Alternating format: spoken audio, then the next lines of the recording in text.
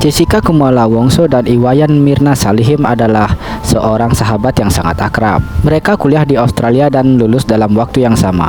Jessica yang telah mengganti status kewarganegaraan yang menetap di Australia setelah lulus dan baru kembali ke Indonesia setelah 4 tahun lamanya. Lalu mengajak temannya untuk bertemu, mengadakan sebuah reuni kecil-kecilan, di mana reuni inilah yang membawa Jessica ke pusaran kasus gelap yang menyeretnya ke penjara. Tepatnya di tanggal 6 Januari 2016 di Cafe Oliver, sebuah kronologi waktu yang menjadi bukti penting dalam kasus kematian Mirna berasal dari CCTV yang ada di Cafe Oliver. Ketika detik, menit, hingga jamnya yang menjadi bukti penting ketika disampaikan waktu sidang. Jadi kira-kira begini yang terjadi di sore hari itu. Pada jam 15.30 setelah melakukan janjian di grup chat sama temannya, yakni Mirna, Henny, dan Vera, terlihat Jessica tiba terlebih dahulu di Cafe Oliver, melakukan reservasi dengan seorang resepsionis yang bernama Cindy, dan sempat melihat ke lorong sebelum kemudian berbalik. Di jam 15:32, Jessica terlihat mengambil HP-nya untuk mengabari teman-temannya di grup bahwa dia sudah sampai, dan kemudian terlihat Jessica keluar dari Cafe Oliver. Setelah berbelanja, waktu menunjukkan 16:14.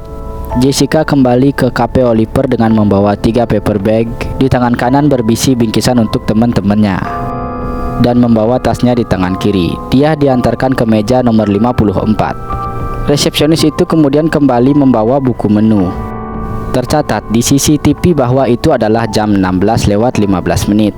Jessica terlihat membaca menu dan memesan minuman 2 koktail serta segelas kopi Vietnam. Koktail untuknya dan Henny dan es kopi untuk Mirna. Lalu saat pukul 16:20, Jessica terlihat melakukan pembayaran di kasir. Lalu pada pukul 16:23, Rangga Saputro, yaitu barista di Cafe Oliver, membuatkan es kopi Vietnam pesanan Jessica.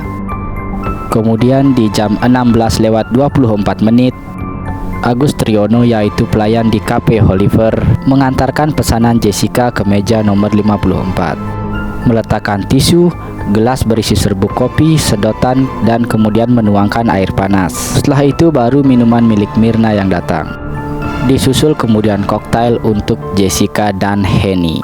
Antara jam 16:29 hingga jam 16:33 di CCTV kelihatan bahwa Jessica melakukan beberapa kegiatan di mejanya yang dihalangi oleh paper bag.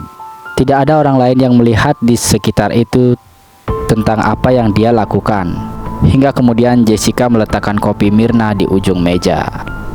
Lalu di jam 17:16, Mirna dan Henny tiba di Cafe Oliver, segera ke meja 54 setelah diarahkan oleh resepsionis. Di jam 17:18 atau 2 menit kemudian, Henny dan Mirna datang menyamperi Jessica. Mereka berpelukan, kemudian Mirna duduk di tengah antara Jessica dan Henny. Mirna hendak mengaduk es kopi Vietnam dan meminumnya. Setelah meminum, Mirna terlihat mengibas-ngibaskan tangan di depan mulutnya dan mengatakan bahwa ada yang aneh dengan kopinya kepada Jessica. Di menit-menit berikutnya yang menjadi waktu yang paling penting dalam kasus ini, Mirna yang mengalami perubahan fisik.